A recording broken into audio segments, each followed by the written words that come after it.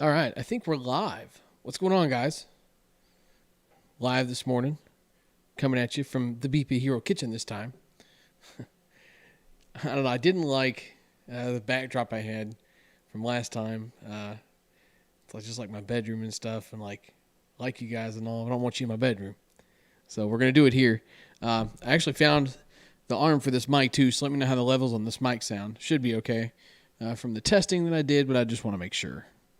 How's everybody doing this morning?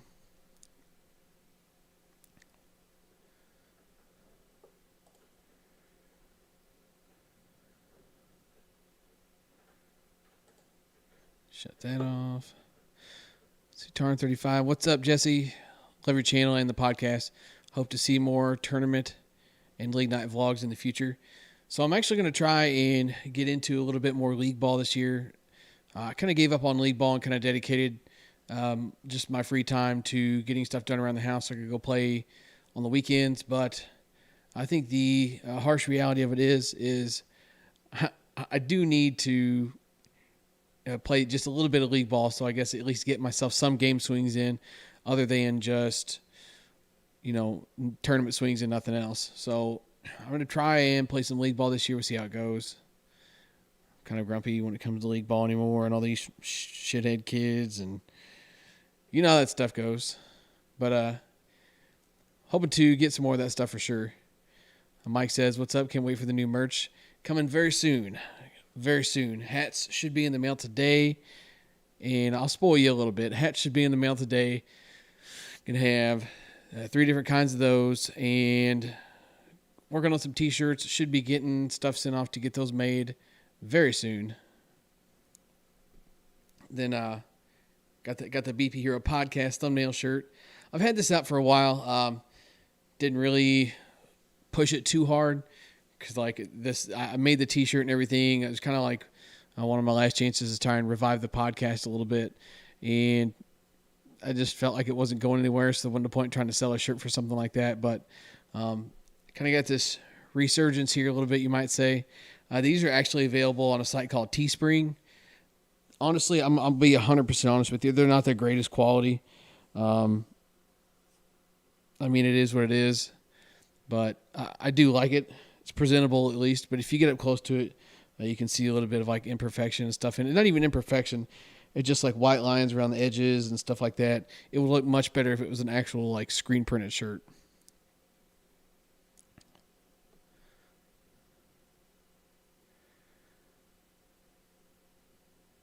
Oh, Fat Guy BP in the house. What's up, dude? Marcus says league ball, tournament ball, and more U-Trip bat reviews. So hoping with being able to words are hard. I'm hoping that since I was able to partner up with Headbanger, that there should be a steady flow of bats coming in this year for ASA and U-Trip. That's the plan. That was part of the reason that we made the move. So I'm looking forward to that. I'm going to try and as the channel grows, monetarily things are too, and that's going to let me invest in things that I can pull in and be able to get some more bat reviews, maybe a little more like this and that in comparison type stuff. And, all the merch and stuff helps. The Patreon page, like I talked about last week, where people can, donate a few bucks towards the cause and stuff like that can definitely help. So that's all stuff that I'm hoping is going to really just kick this channel in the ass for 2021. 2020 top video is coming. I'm actually going to try and put the finishing touches on that when I get done with this podcast. Life sucks, and I've been busy. I'm not even going to try and make excuses. Every time I think I just about have it done, I don't have it done anymore.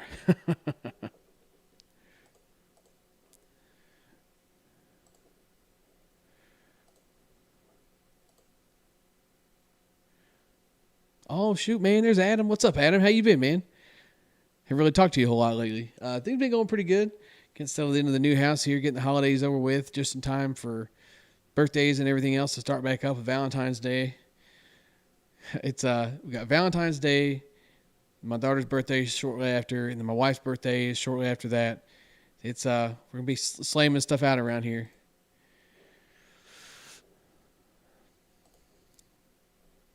Did anybody play softball this weekend?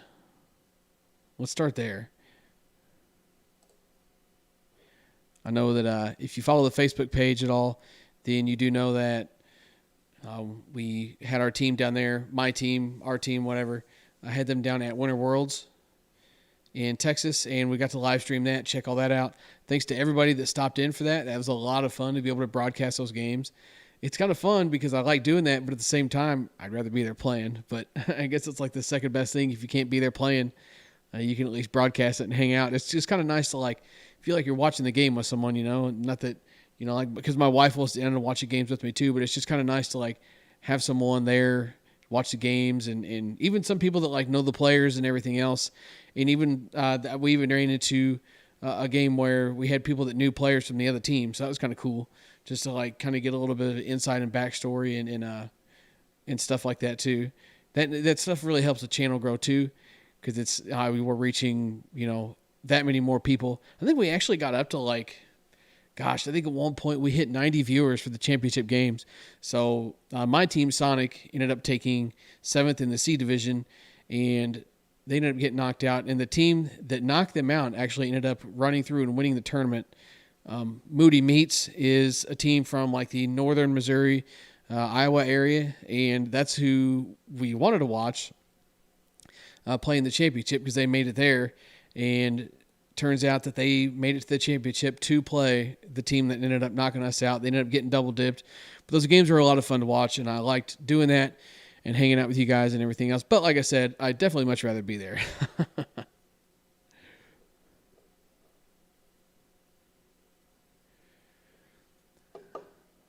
Let's see, just kind of catching up with Chad here. You probably see it at the end of the last podcast, but so right now, the best thing I can say for taking on subscriber bats, being as cold as it is right now and everything else, I'm not really looking to take on a ton of subscriber bats, just weather and everything else. I talked about it a little bit in the last podcast. One of the best things to do for right now would be if you're looking to, because I'm kind of on the fence about not taking any more subscriber bats, and that kind of handcuffs me a little bit.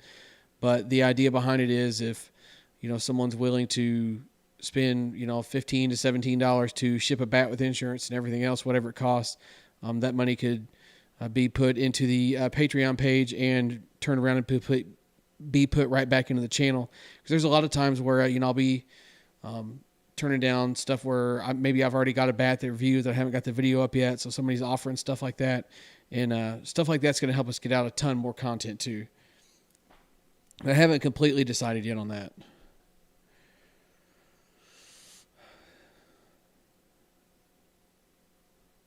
In Deep South Texas, we were doing league night on Mondays. So what's the temperatures like there? Because I know that they were in northern Texas, so it was kind of cool there. Man, I don't mind playing league, but oof, it gets rough when it gets cold outside. Especially tournaments are okay because it's kind of the environment and everything else. But league, sometimes when it gets cold like that, is no fun.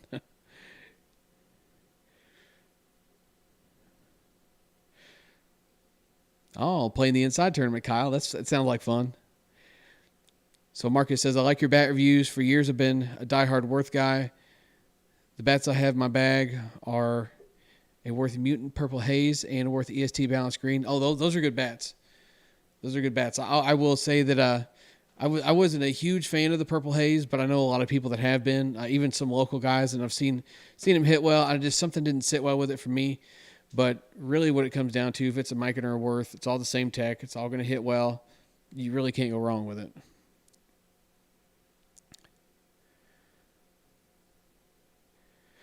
So, Chowda asked about a collab with Slow Pitch Bat Bros. That's definitely something that I want to look into.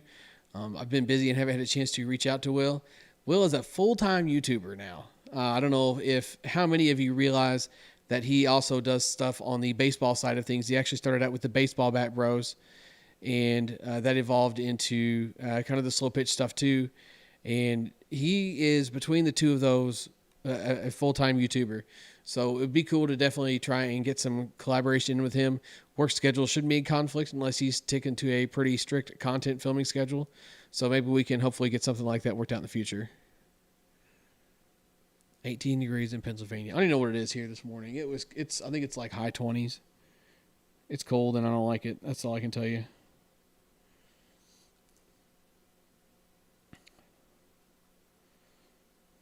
Okay. All right.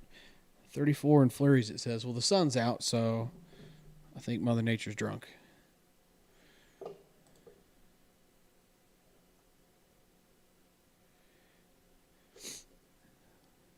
So they're having a couple questions about the Juno bats. I posted a kind of a little bit of a teaser on. Did I do it on Instagram too? I think I did. Maybe I didn't. But I know I posted it on Facebook at least, of the new Juno Athletics bats that are coming out. A Headbanger does have a very limited stock of them in, and I'm not even sure what they've got left for them now. I would like to try and get one of those and try them out, but that falls back to durability. I won't say it has been bad with the Junos, but they have been failing compression fast. It's not like they've been breaking, but they have been failing compression fast, and being it's a blustery 34 degrees right now, that's probably not going to be the best idea to be hitting stuff like that. That's one thing that kind of ties my hands about living here in Missouri is while I'm really weather dependent, I would like to, I was talking with Brian about this one day, like get down to Florida where Headbanger is and just spend like 2-3 days just doing nothing but just grinding out film. That way I've got a plethora of film built up, and then I can come back here and just kind of get stuff in when I can. I think that'd be pretty cool. But doing it saying it and doing it are two different things, because it's going to cost money to get down there. It's going to cost money to stay there. But it is something that he and I have been considering. I think it'd be a fun trip too. Tuned in with Tokyo. Want to know how the bat sales are going. I don't want to talk about it. I've been bumping the post a little bit, and stuff's hard to sell unless it's a Worth or a Mikan. Really, it's hard to sell. The Worth and Mikan stuff sold super fast, and the D Marina U-Trip stuff has been catching a little bit of hype. And really, all I've got left right now is a bunch of ASA stuff, which is always hard to sell anyway, and one Pure. I think I've got one Pure, and then the rest is a bunch of ASA. I'd have to go out there and look again, but it's a slow grind. I'm thinking about just like cutting them loose on eBay and saying like, you know what, forget it. Whatever they bring is whatever they bring. Or that are just doing like some big crazy raffle for like all of them together, just to get rid of them. I hate selling bats so bad. Hunting, I don't hunt. I actually grew up in the sticks in a very rural area. Like my graduating class was, in my senior class was like, 21 people, maybe less than that. And I lived in a town of 500 people. So I was in a rural enough area. Everybody hunted, but just wasn't for me. That's a longer story for a different podcast. But hunting was just never my thing. I've caught so many fish.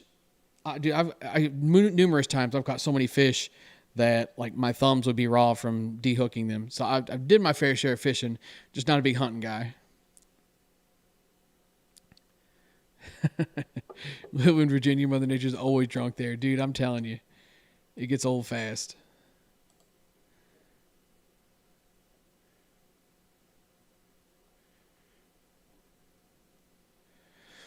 So my guy Eric's son reached out to me and asked a question last week to have me cover on the podcast, and it's companies coming out with some of these super light bats. Now, to my knowledge, and we're not even going to start down the road of why or anything else, but to my knowledge, Monsta is the only brand that's selling things clear down into the 22 and 23 ounce. You know, bat speed is king and everything else. But, you know, I guess the thing was everybody was buying them thinking bat speed was so awesome, and then they're turning around and selling them all. And I've talked about it numerous times on the channel that I believe the heavier bat is going to do you more good than something you can get more bat speed with. What you offset in bat speed, you lose in momentum, as opposed to what you might lose in, you might lose 3 or 4 miles an hour in bat speed, but you gain that much more momentum behind the ball. It's the same thing with an inload. You're always going to hit the ball further with an inload 99% of the time. It's a subjective thing at the end of the day, but more times than not, you're going to see guys hitting balls for maximum distance with an inload. I mean, look at the long haul bomber tour. All those guys are swinging inloads. You look at any of the premier home run hitters in the game right now. They're all swinging inloads. And we don't know. I don't know what a lot of the top hitters swing, but I know a lot of the top hitters swing heavy stuff. 28, some swings, some. Whew, words are hard this morning, guys. some swing 30-ounce bats where available. So it's the argument can be made, oh, well, they're big, strong guys, and they're bigger than I am. That may be true, but go down to a 28. Don't go to a 25 or a 26 or a 23. Now, I do have a small theory on why the 22, 23, 24-ounce bats are kind of the thing with ASA is the lighter bats can probably pass testing easier. MOI testing, which is momentum of inertia. I believe that's what that stands for. But essentially what it boils down to is the lighter bat can have better technology in it because it's not using the mass to hit the ball. It's using the technology. You go into using that same technology in a heavier bat, there's more mass behind it, it's going to exceed the standard that it's being tested for. So I guess it's kind of the in-between of, do you want the technology to do the work, or do you want the weight of the bat to do the work, you could say. I've tried swinging. I've messed with a couple 24s, the 25s, and the 26s just to see, maybe it's just me. Maybe it is something I should adapt to because, it's getting hard to find 27s on the used market at times in certain bats. 28s are damn near obsolete. And then 30s, they've quit making just about across the board. I'm not even sure there's any companies that still make them. What is this?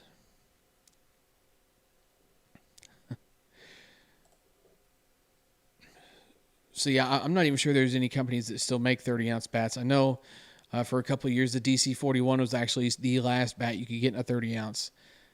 And, end of the day, it's subjective, but I 100% think the heavier you can swing, the better. And I'm not talking, oh, it feels so heavy. You got guys swinging 24s and 25s that pick up a 27. Oh, it's so heavy, I can't swing that. Well, you swung it for 4 swings.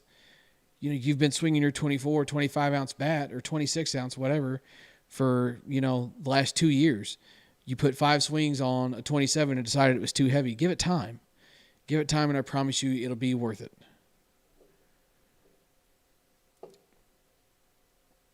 Science time with a BP hero. Not even close.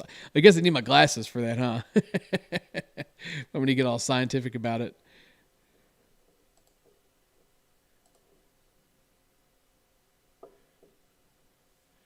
We got this phone blowing up. Uh-oh. Oh, okay. So, let's see. I had another question here stowed away somewhere in the computer. Long-time listener, first-time commenter. Couldn't even swing anything less than a 26. But even that feels off. Yeah, and maybe it's because I haven't swung enough of them. I don't know. But every time I swing a 26, I see a drop in distance. I see a drop in exit speed. I go back up to a 28, and everything's right back where it was.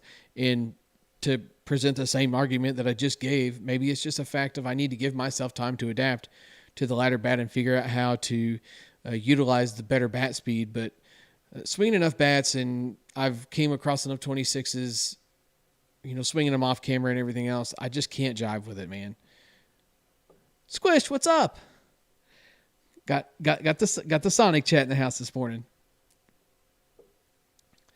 Yeah, U-Trip is hard to find in 27 in certain models.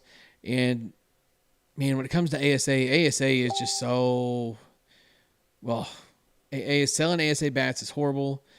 Buying ASA bats is even worse. So I'm getting people... Why do people do this? People over here messaging me, sending messages, looking good on YouTube this morning. Man, come over and hang out in the chat, man. You got to say it on there. Just go over to the chat and hang out. You come on in here. Ain't nobody going to bite you.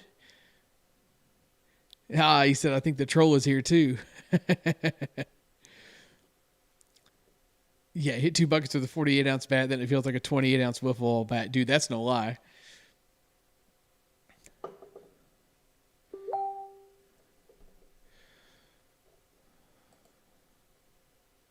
Guys, listen. I'm sifting through my computer here looking for a couple of the topics that I had stowed away, and hopefully she's not watching. What's everybody getting their significant other for Valentine's Day. I don't know what to do, man. Help. I know this is a softball channel, but you know what? We can talk about whatever we want because this is our channel.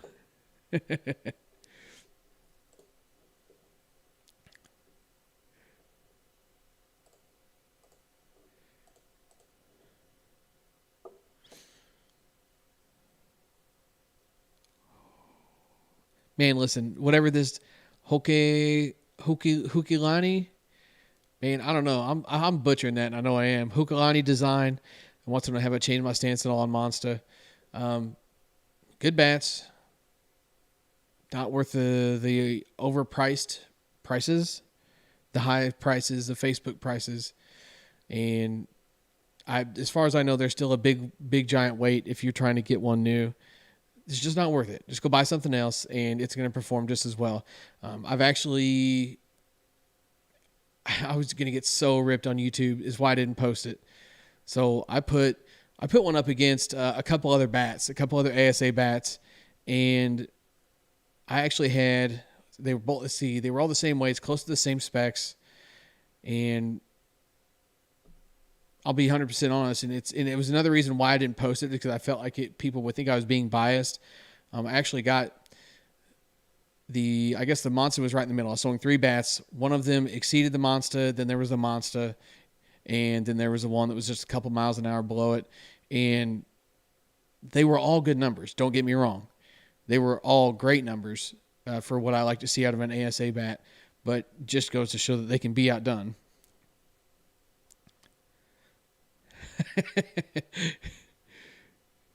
yeah, she got a house. That's right. But thing is she don't like that. Sorry. She likes the house. She doesn't like that for an answer. It's Valentine's Day. I like to spoil her. I do. So I'm gonna do something, man. I just don't know what.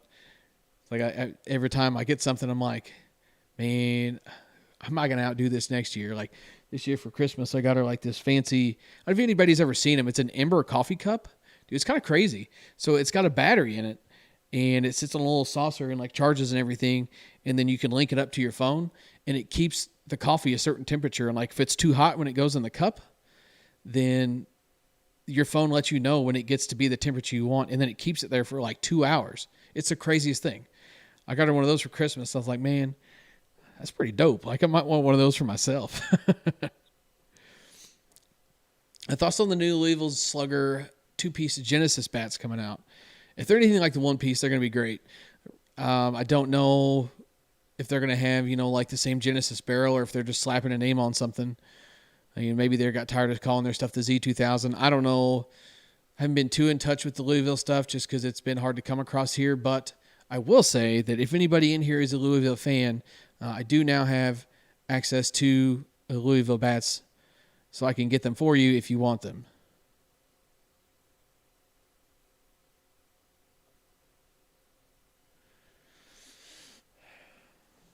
Dude, a big old deer just ran by my back window. I was trying to figure out where it was going. You don't see deer on the edge of town like that. That's weird.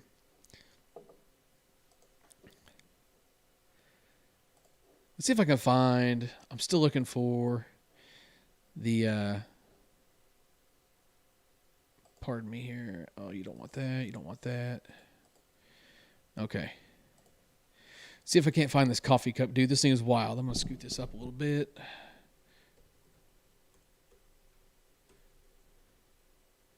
Does anybody know what I'm talking about? Has anybody seen one?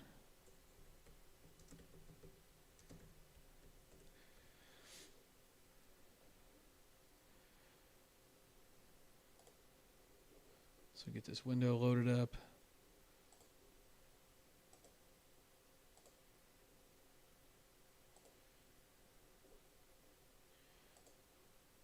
Oh, Jesus. Transform.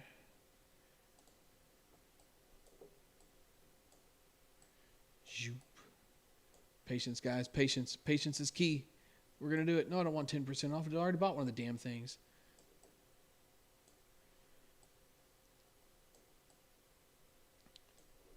So anyway, yeah. So here this thing is. Dude, it's pretty crazy. So they make the 10 ounce and the 14 ounce, and they even got like a travel size too. But it's crazy. I don't know if it shows. Does it show? No, it doesn't show where the saucer sits on it, does it?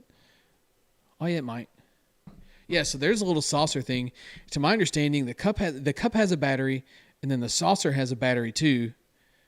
And between the two, I think the cup can keep the coffee hot for almost 2 hours, and then you can unplug the saucer and carry the saucer with the cup.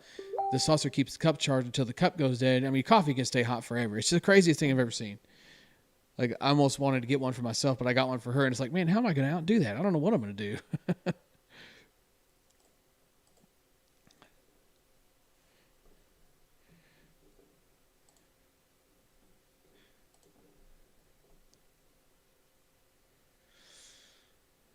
No, no. Who keeps saying Jared? Jared is not handling Valentine's Day. We're not doing that. No, we don't buy jewelry. We just feel like she's not really a jewelry kind of gal. She don't wear it a whole lot. And where she works, can't wear a ton anyway. She's handling babies all day long to be all pulling and tugging at it and stuff. I need paper ideas for my first anniversary. Yeah, you got it, man. You got a dog. You did get a dog for her. I mean, everybody's making that argument. If you got her a house, or you got her a dog, you got her a house. I mean, like, take her out for a ride in the GTO or something. I mean, everybody wins. She gets to ride in the GTO, and you get to drive it. My man Mitchell's got a pretty nasty GTO. It's pretty sick. Dude, have an APG in a 27 ounce. Yeah, so that's the thing with the Genesis stuff is I wish I could have tried one of the APGs. I know I'm all over the place here, guys. Sorry. This is why I kind of questioned like what it would be like if I just went live and just sat here and blabbed with the chat. But I'm enjoying myself. I can sit here and do this for hours. So that is one thing I was kind of bummed out that I didn't get a chance to swing the APG Genesis. The only Genesis I got to swing was the standard Genesis.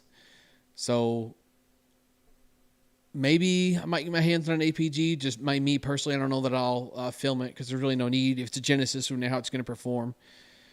But maybe I will just see if I can come across one just to see what the hype is about. I'm going to kick over to this just for a little bit while I'm doing a little bit of reading here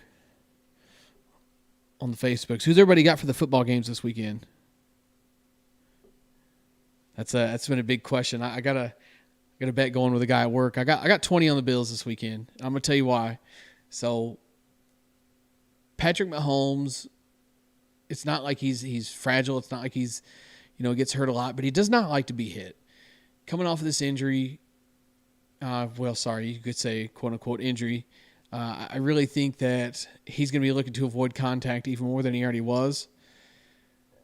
So Bills don't have a strong front rush, but hopefully their secondary can kind of keep the backyard football stuff choked down long enough to let them get to him and make him uncomfortable. And I think that the Bills offense can score to a certain capacity with the Chiefs.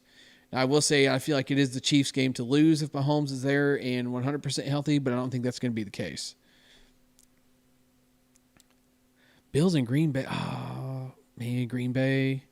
Being a Bears fan, I don't like to see that Green Bay stuff. But I think my gut says it's going to be the Packers and the Chiefs. But my heart says Bills and Bucks just because, I don't know, I've never been a Chiefs fan. And don't get me wrong, like I watch all the Chiefs games because Patrick Mahomes and that offense is freaking ridiculous. But I wouldn't consider myself a Chiefs fan just for that because it's just fun to watch them play. It's fun to watch them play, and I got a lot of friends that are Chiefs fans, so it's always good to sit down and kind of watch the game and check that out with them. Just so I can kind of keep up with the chat with them and kind of honestly kind of talk some crap too. But so my heart says that it's going to be the Bills and the Bucks because you can't bet against Tom Brady in the playoffs. Yes, he's lost in the playoffs before. Yes, he's lost Super Bowls. Yes, he's lost conference championship games, but dude, his track record in the playoffs is ridiculous. Like, to me, it'd be hard to bet against him anyway, let alone the playoffs. It seems like playoff Tom is just a different kind of Tom. And he's got Gronkowski again. He's got Mike Evans. He's got AB. It could get weird. So we'll see what happens. But that's my picks for the football games this weekend. Man, I'm struggling to find this. I don't know where I had this. You ever like make a file, got some stuff jotted down in it, and you go back to try and find it and you can't? It's driving me absolutely insane.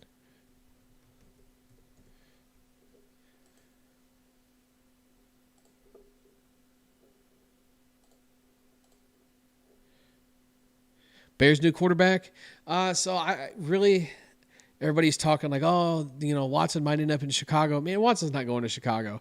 So his contract has got he's made. Words are freaking hard this morning. That's going to be the title of this podcast. Words are hard. Where's that at?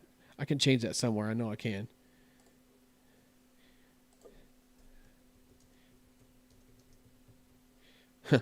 Got it. So everybody's, kind of starting the rumor, one of the favorites for Watson to end up at is in Chicago. But I don't see Watson wanting to go to Chicago. His contract has got a no trade clause on it. And if I'm Watson, I'm not trying to go to Chicago where they passed on me if I'm Watson. They said, well, we want this guy. You're not good enough. And now all of a sudden he's good enough to come to Chicago. That's just a weird vibe and a weird fit. And I don't know, players that do this kind of crap that he's doing, like I from the big picture, I get where he's coming from. But at the same time, like, you're a professional athlete. You're paid to go perform.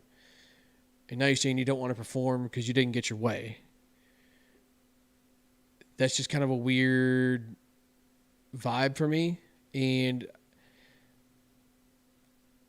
always kind of hold a reservation against the player when it comes to stuff like that. Just from the fact it has nothing to do with what they may be standoffish for, what they may be demanding a trade for, what they may be doing this for. It has nothing to do with that. It has everything to do with you're a professional athlete, you're getting paid to do something, and you don't want to go do it. There's so many people that would kill for the opportunity that you're in, and you're not taking it. I think if he goes anywhere, it'll be somewhere like Miami or something like that. Because somebody was saying, I heard it on ESPN radio, that Houston was remotely interested in Tua. Maybe that was speculation. I don't know. But there was a rumor going around that they were at least remotely interested in Tua. So that would seem like a decent trade. It's just going to be a matter of what does Miami want to give up to get Watson. Because if you're going to give up a bunch of draft picks and potentially a player or two to get Watson, you need to make damn sure that Watson's going to be what gives you the big win. They won 10 games with Tua and a Fitzpatrick combo this year. If you're picking up Watson, you need to make sure Watson's going to be what pushes you the rest of the way. Oh, what's up, Train? Got Train in the house.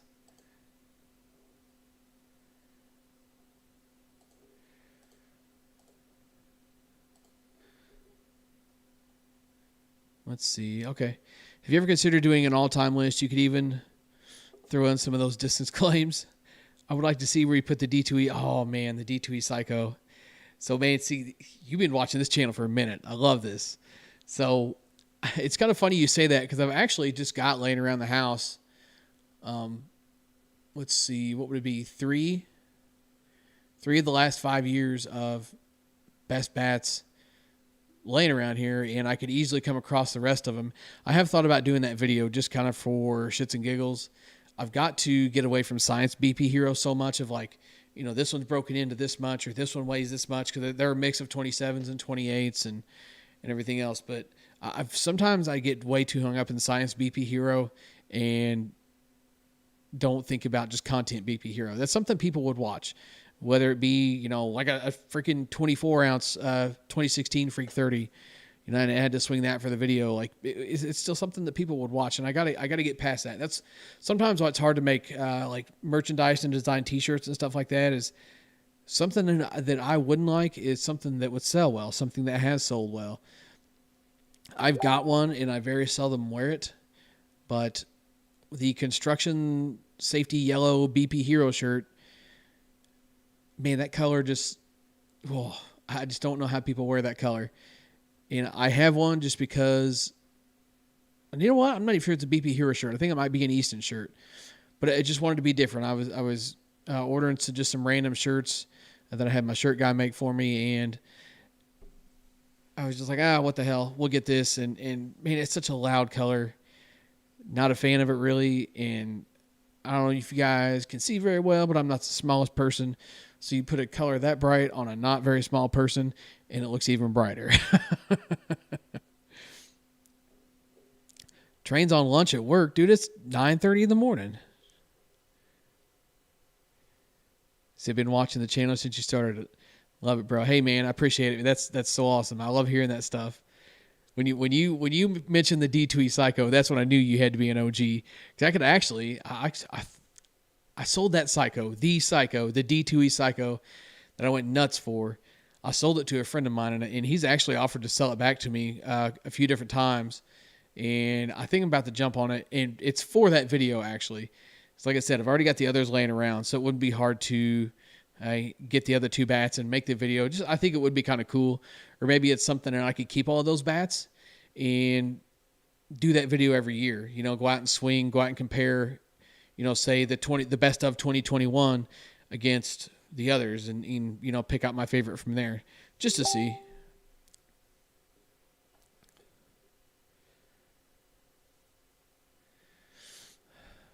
Let's see, catching up with comments here. Watson and Indy would be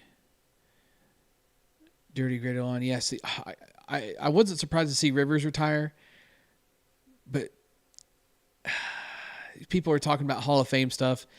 And I mean, look at his numbers. His numbers say Hall of Fame for sure. But you stop and think, like, the dude hasn't won anything, and he's had good teams. But then at the same time, look at his numbers. Like, it's hard to deny that. It's not like the dude had a losing record. They just never won anything.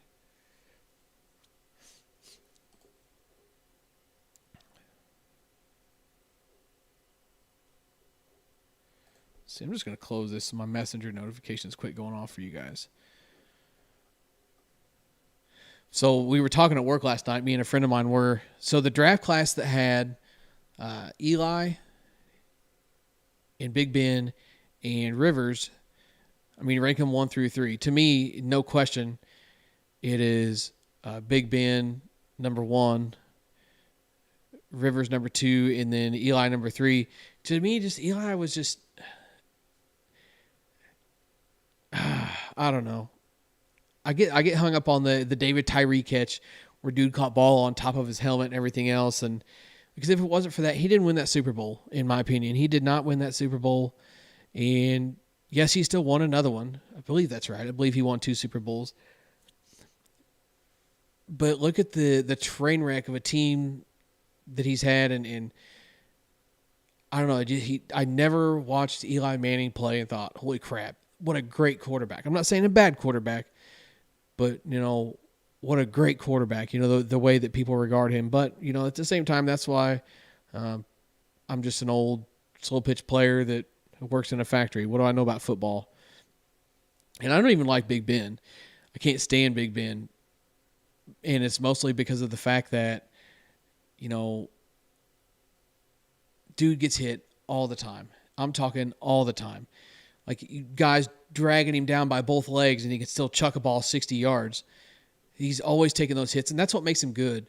But the second that he takes one of those hits and it takes him longer than a fraction of a second to react and get back up, then everybody's, oh, Ben Roethlisberger got hit. What a crazy hit, and it's crazy that he's still out there, and he overcame and did this and did that. Like, the dude might as well just walk around in a permanent walking boot. And that's what wore me out with Big Ben.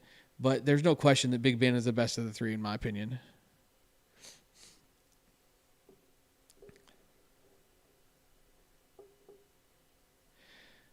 And yeah, Jason, you're right. I really dislike the argument of where's the guys really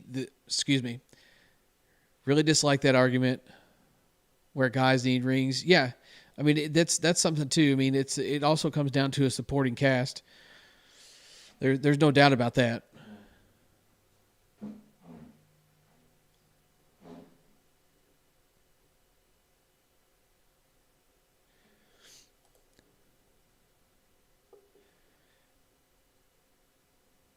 Here it is. Found part of it. T-work. How many out there do T-work? finally getting into the slow pitch stuff, by the way. If you guys are still talking about football in the comments, that's totally cool. You guys can chat it up among each other, and I'll even come back to catch some of that other stuff and come circle back to it. But this is a softball podcast, so we'd like to cover at least a little bit of softball stuff. So how many of you guys out there actually do tee work? I know that there's been a lot of flack on the channel in the past. You know, oh, you're hitting off a tee. Anybody can do that. And let's see what the thing does off of live pitching. But, like, what's it matter? Like, if I'm hitting a bat to do a bat review off of a tee, wouldn't you take that as a better review than live pitching? Because if it's off a tee, it's right where I want it, so I can hit it every time, so I can get a good read on a bat. I can know exactly what that bat's going to do. So there's no like what ifs. There's no, did you have a bad round with that bat? Man, you're hitting off a tee. Hit till you have a good round. And if you're having a bad round off the tee and you hit off the tee a lot, then adjust and come back, because that's going to give you the best read of anything to be able to do something. But it just kind of gets me a little bit that people think they're too good to hit off of a tee. You know, well, I'm not a child. This isn't T-ball. I don't play baseball anymore. I mean, it doesn't have to be anything like that. It's the fact of the matter of repetition. And I know that what got me on the topic of it was Ryan Harvey. Ryan Harvey started a YouTube channel. For those that haven't found it, need to go check that out. He's been posting a little bit of content. I think he was having some trouble getting his content up. I sent him a message to try and help him get it lined out, but it looks like he ended up getting it lined out anyway. But he was kind of talking about tee work, and when he does his tee work, he starts basically on the right side, works his way around. Now, I can say that I don't do that. I just really never have. But that's something I'm going to try and work in. I can't do that for a review because I'm hitting the ball around the field. But usually when I do tee work, the main thing I'm looking for is ball striking. I want to consistently strike the ball. And the other thing that a tee work is going to tell you is, you know, looking at spin on a ball. If you set the ball on the tee right, or another thing that I love, the Evil BP Rocket or the Evil BP 52 Plus. Another reason I really like those balls is for doing tee work and stuff like that. You can see the spin on the ball. The spin on the ball is going to tell you what your swing's doing.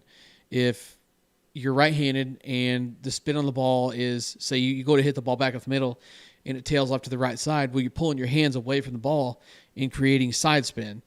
And it would be the same thing if you were able to hit a ball off of a tee. I've never done it, but I'm sure somebody has, where you would be able to hit a ball off a tee and it actually hooks around the other way and hooks back towards the left field line. It won't hook nearly as hard because it's hard to really get the bat head around the ball. But what's happening is the bat head is coming around the ball before your point of contact and then creating that spin. And to me, that's what I like to use the tee work for, is just the technique of striking the ball, getting the consistency down. And sometimes when my swing is in a funk, there's no better way to get it lined back out than just go out and just hit balls off a tee, just right back up what you consider the box. I guess there's no pitcher there, but just hitting balls right back up the box. It helps true my swing back up. It's probably just the timing thing or something else, but I really like it for that reason. And I'm going to try Big Harv's because, I mean, obviously the dude can hit, and he ain't no dummy. So I'm going to try Big Harv's theory on, kind of working the ball around, because I've hit with a couple of conference guys in the past, and they're real big on starting out pushing the ball. No matter where you throw it, they try and push it.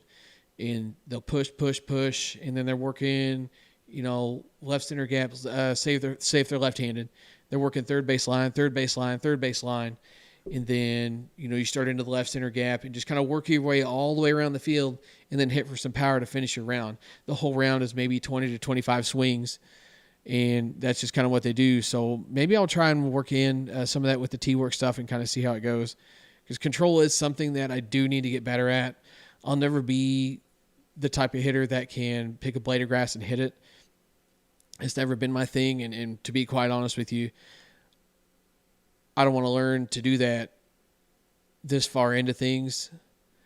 I'm not saying I'm a phenomenal hitter, but I've gotten I had a very down year last year, but I have gotten this far with kind of doing what I'm doing, and there's nothing wrong with incorporating new things, but to become a total control hitter at this point, to me, just isn't worth it. I'd have to relearn my swing, kind of relearn my approach and everything else. And I just want to stick to my guns and incorporate a couple of new things. And I think that hitting off a tee and being able to work the ball around a little bit will be the added benefit of that. Yeah. Channel is let's see, is it Ryan Harvey? Let me look it up. You know what? We're just sitting here. Let's look it up. Give Big Harv a shout out in here. I actually think he posted a video yesterday. Should be easy to find. Subscriptions. Another one that I really like is Ken Van Bogert's Swing Makeover series. I really like watching those. Some of those are definitely for like league style guys or guys just looking to add nothing but distance. But you can still take a ton of stuff away from those. Ton of stuff away from those videos. And actually, I like a couple of the cues that he uses. Yes, it is Ryan Harvey 35. I got it pulled up right here. I actually like a few of the cues that he uses for some of the swing coaching that he does. I've actually kind of picked them up and used them myself. So here's Ryan Harvey's channel. It's only got 1,600 subscribers. You guys know what to do. Go over there, subscribe. He's always got all kinds of good videos here. I know that, like I said, some of these were not playing at the time that he was trying to get them uploaded. I don't know if he got them all fixed or not. But I know this video here where he's talked about casting his hands and trying to fix that issue. Then this video here is kind of cool to watch. It's just him doing some like photography stuff while he's trying to hit. And then his cut swing. I did like how he talked about his cut swing and just his approach to hitting the ball, and especially off the tee to kind of give you something to aim for. I never really knew what to tell people what to aim for when it comes to cutting a ball, but he did a really good job of explaining that here. And then I think these two are the two I can get to play. But then I watched this one last night, and this is what I was talking about with the tee work stuff, just kind of working the ball all around the field. He really goes into depth about that there. So I definitely go over and check these videos out. Dude's obviously one of the best hitters in the game right now, and he's kind of one of those guys that if he's going to talk, everybody needs to listen. So go check it out for sure. As a matter of fact, I'm going to refresh this page right now. Did anybody else subscribe? Nope, not yet.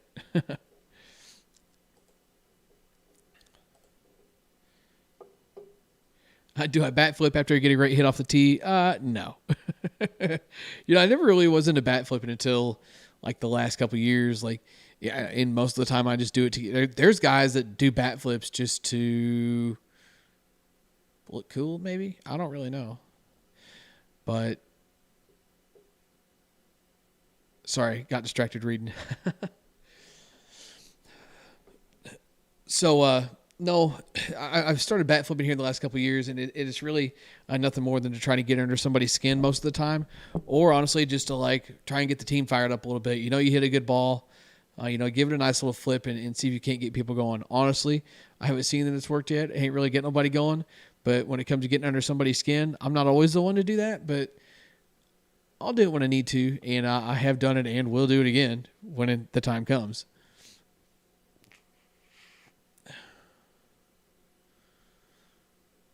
Yeah, Mitchell. So Mitchell rolling in the chat here. He is one that has begun to. He did a lot of tee work in the offseason. He's got his stuff set up in his basement. I mean, he's got a net and everything. He's got some. I don't know what those balls are, but it'd be really hard to hit those things and get them to break something, but they still hit where the damn off the tee. And man, I'm gonna tell you something, guys. Like Mitchell has always been a super strong dude and been able to hit a ball a country mile. And it's just crazy to see some of the balls that he hit last year. But he'll tell you that control and consistency was something that he wished he had more of. And he's been hitting off the tee, and I'm telling you, the dude is a freaking triples machine. I've seen him hit some balls to right field, seen him hit some bombs. It's just crazy to see how far he's came. I couldn't be more proud of that dude. And it's just a prime example of why tee work is a good thing, as long as you're doing it right. That's the big thing with tee work, is make sure you're doing it right. Because if you're doing it wrong, then you're going to do nothing but dig yourself a hole.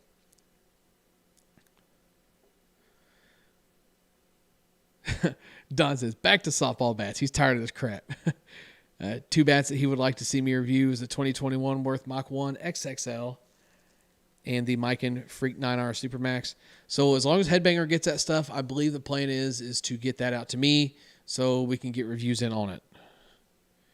Unless somebody's paying for a plane ticket for me to get to Florida, then I'll go down there and film them. And I can do it like right now. I thought I saw a comment in here somewhere. Somebody was new to the game. Maybe not.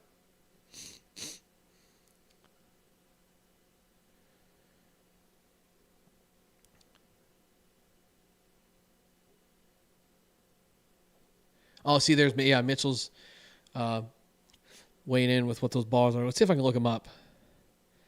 So,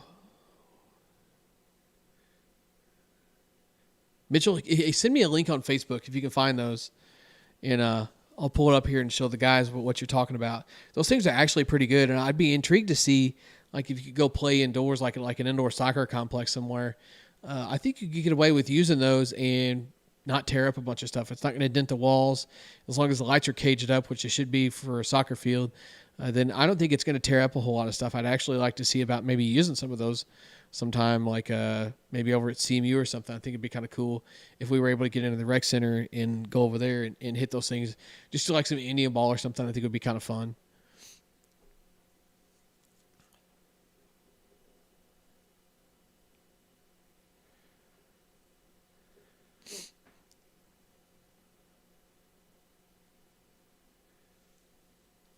When the 2021 review is coming out, what you talking about, Eric? I did cover your question as well, by the way, that you asked me to talk about last week. I did cover that. I don't know if you're just now tuning in, but it's back in there somewhere. I can send you the clip to the segment of it when we get there if you want to. God dang it, we've already been on here for 51 minutes. I didn't realize we've been on here that long. Let's see. Facebook. Let's see if my guy Mitchell sent that out to me here.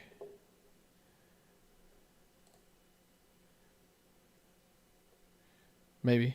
Here we go. My man.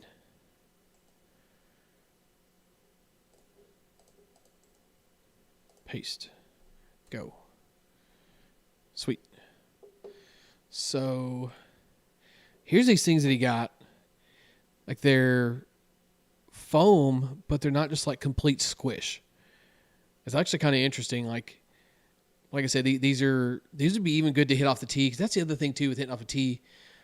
You don't always have to know how far the ball goes.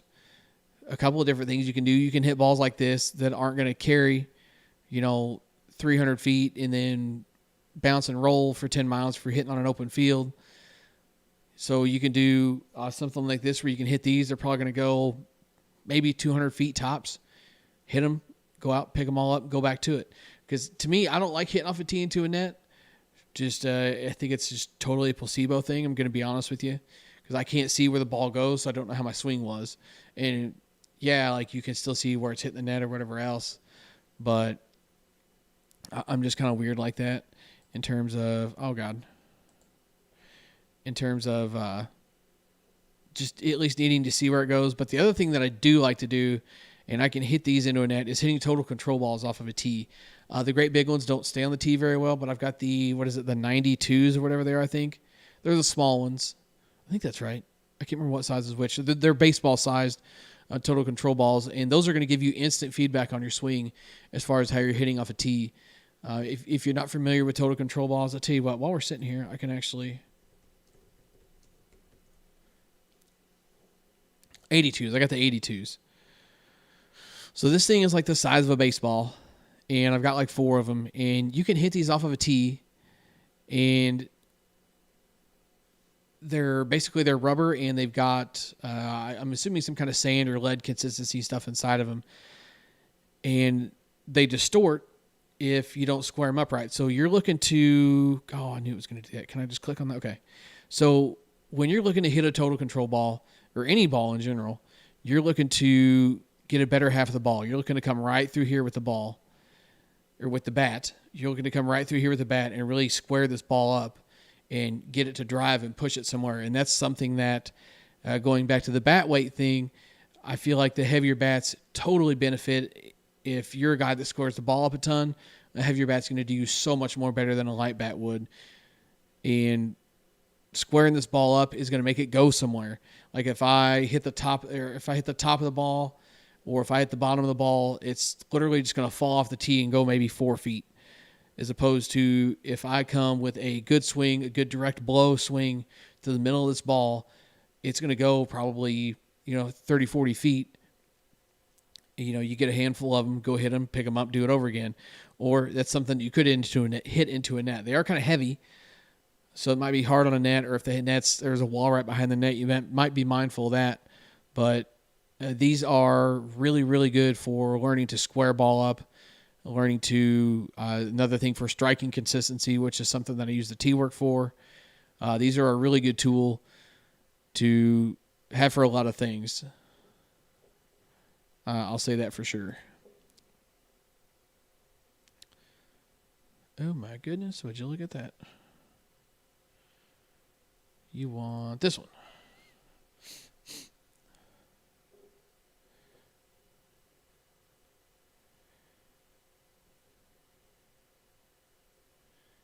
Oh yeah, Eric, I always forget you're on the West Coast. You said you wake up at 7:30. That's kind of the weird thing about doing this in the mornings is, you got like West Coasters, or you got guys that might be at work, but it just kind of works out better for me. It's easier to record when the kids aren't home, so I can go hang out with them and do shithead stuff with them. And like I'm getting off work, I can like kind of mentally prepare myself for a podcast on the way home. So that's kind of cool that I can be able to do that.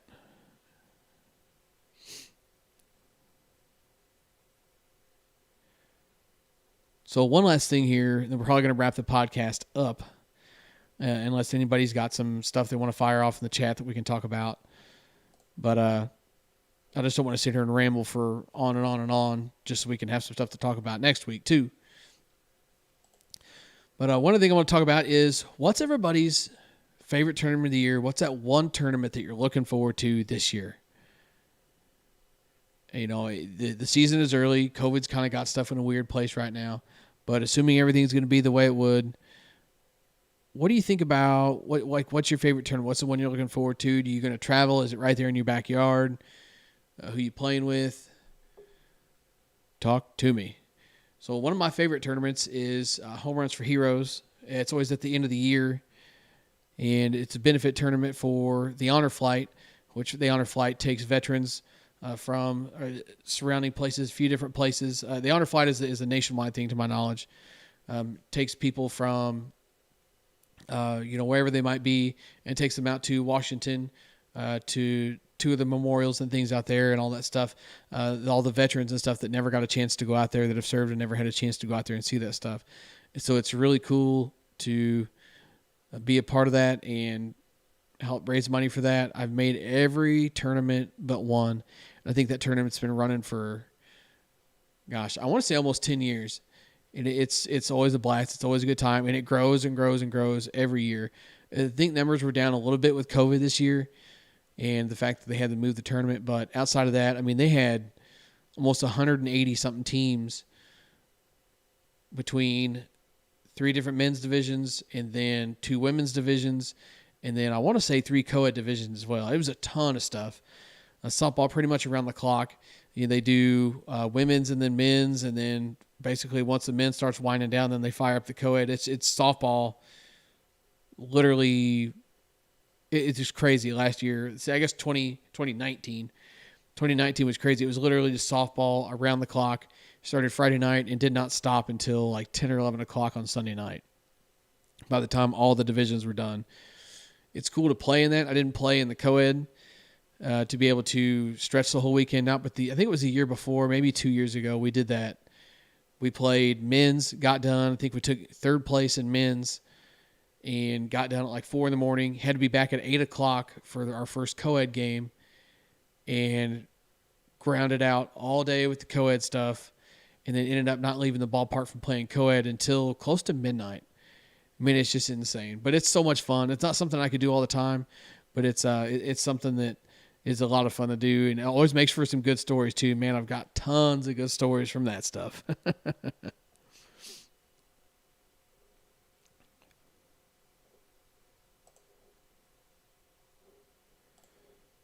Holy cow! Let's see.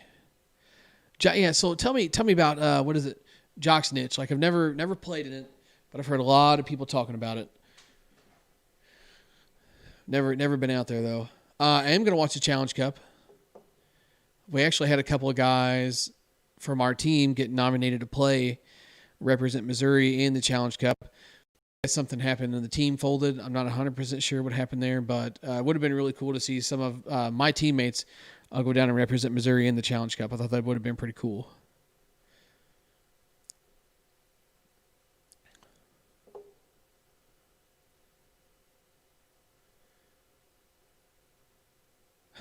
72 degrees and you don't die in the outfield. Yeah, I could see where a nice cool day would be good for the outfield. The thing that sucks about a cool day being a pitcher is balls are just laced back at your face sometimes. Mitchell says his is the same every year, and it's the one back in Iowa. But it's the wife's podunk fundraiser that is unlimited arc. Oh, man. Unlimited arc would be absolutely brutal.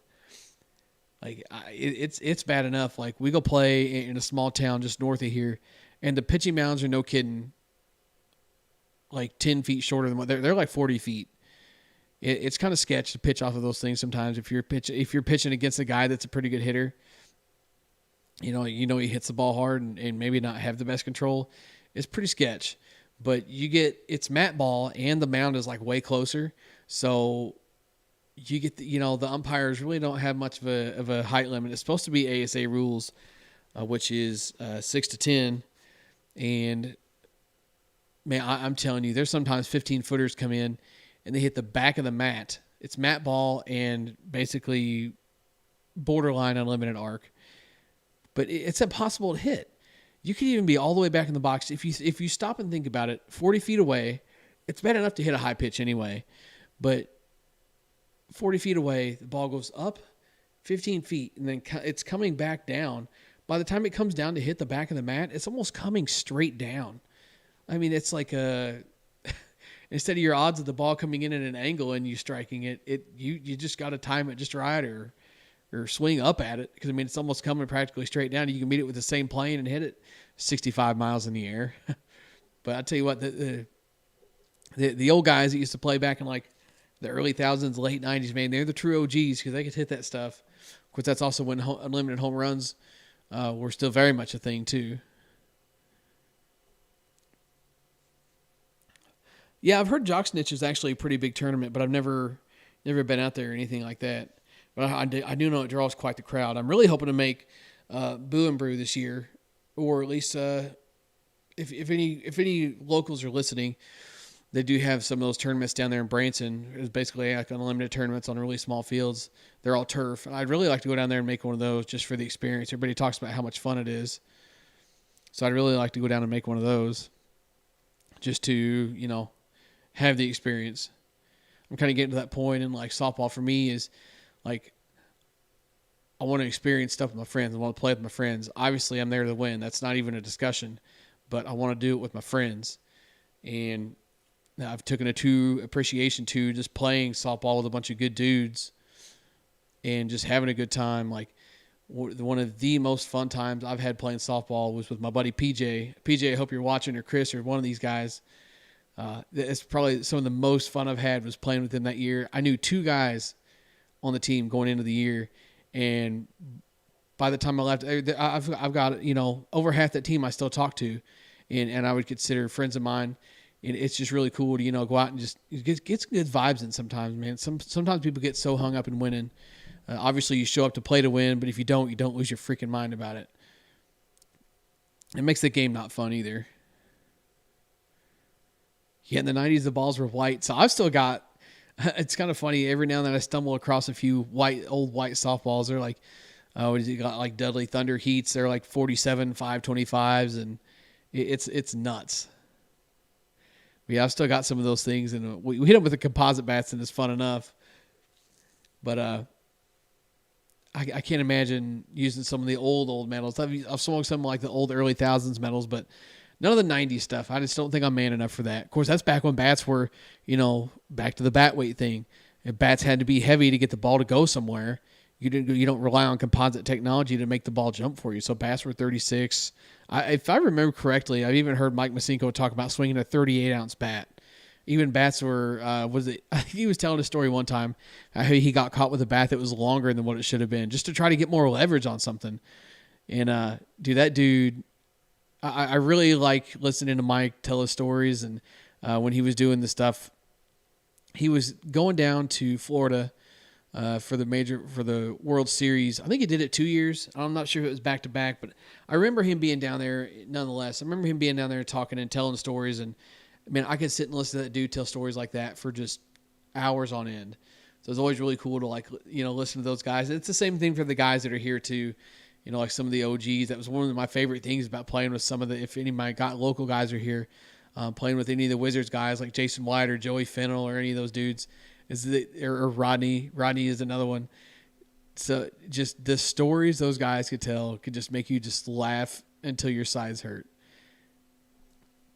And to me, it's kind of what it's about. Like, I want to be able to tell stories like that, to kind of some of the new players coming into the game when I get to that point. And we're getting there now. I'm 32 years old, been playing the game since I was 18, and I've got my plethora of stories in. But it's kind of funny. Kids these days are just kind of like, whatever, you old bastard, shut up, drink a beer and hit a ball. So it's it's a different day and age, but every now and then you still run into those guys that appreciate the stories. And sometimes it's funner to tell the story than it was reliving it, just to see everybody's reactions to it, or, see somebody light up when you bring up a story they might have forgot about it. Dude, it's a blast. I love softball for stuff like that. It's about the memories too, man. Yeah, Bombs in Branson. That's what it is. So they have a number of those. I don't know if they have any more coming up or not, but I'd like to try and make one because I know they usually do them during the wintertime. Because I think during the summertime, those complexes are usually pretty busy with softball stuff. I'm sorry, baseball stuff. Probably baseball and fast pitch. So I know they stay pretty busy with that stuff during the summertime. So I'm assuming that's probably why we can only get on there and play slow pitch during that time of year. So Eric says he played in an unlimited arc league that played on the playground blacktop. Used a rubber type ball. Oh man, dude, that sounds lethal. That rubber ball just like skipping across the I don't even want to think about that. Like being a pitcher, like that thing would be on you and just in your face, like before you even knew what happened. Like somebody hits like a mean one hopper to you that bounces close enough that it's going to get you instead of go over you. Ouch. That's all I've got to say to that is ouch. Yeah, you know what? I think now that you say that, Jordan, I think they do have one around Valentine's weekend, but your boy's booked. Got some grown-up stuff going on, so I won't be able to make that one. As I sit here and talk about how much I want to go to one. Of course, that's... I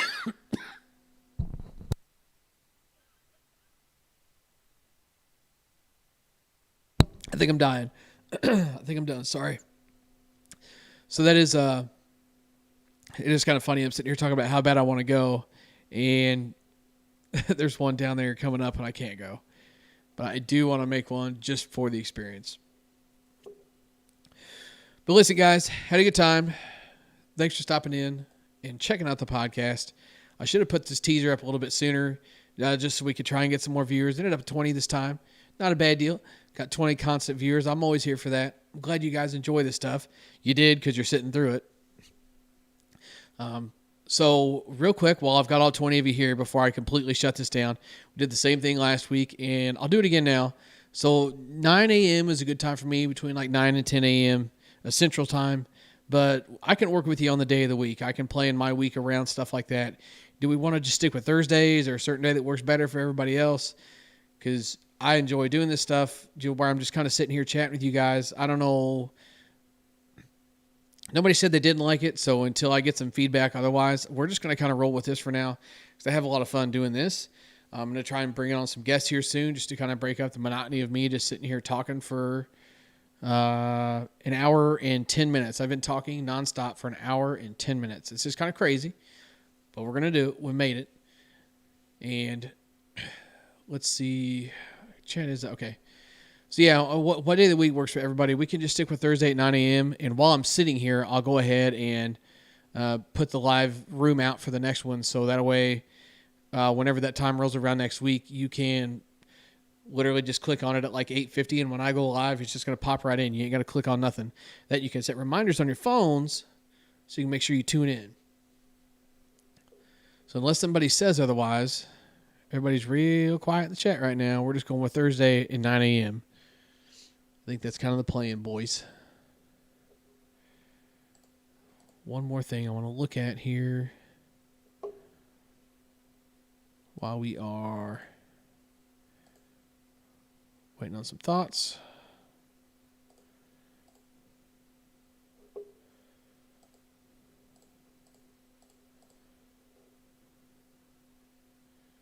Reminder set. Thursday works. All right, guys, there it is. It's cool with the time. All right. We just got hit. Eric, imagine waking up to my voice. Terrifying, right? But you get up at 7:30 in the morning. Be just the time. You get up about a half hour earlier. Come check out the podcast.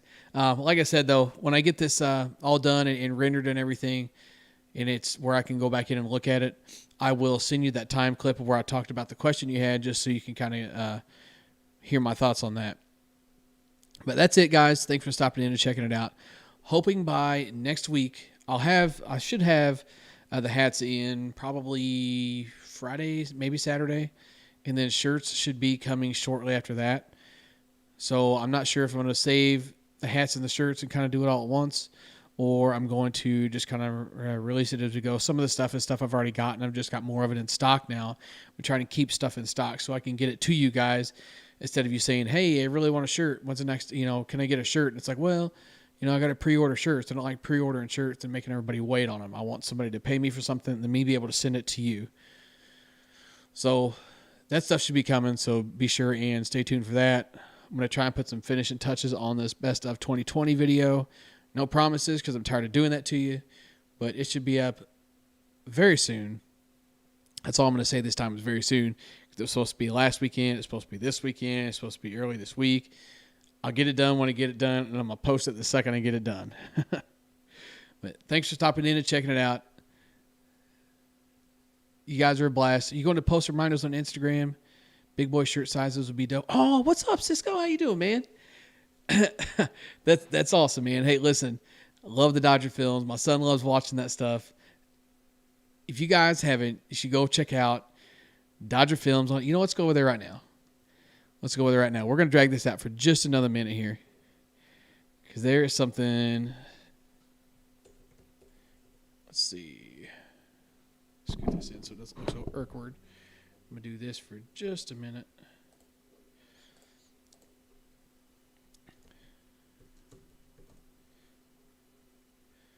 Cisco, drop me a message and let me know what size shirt you want. I'll get you taken care of, bro. I'll make sure we get one coming for you.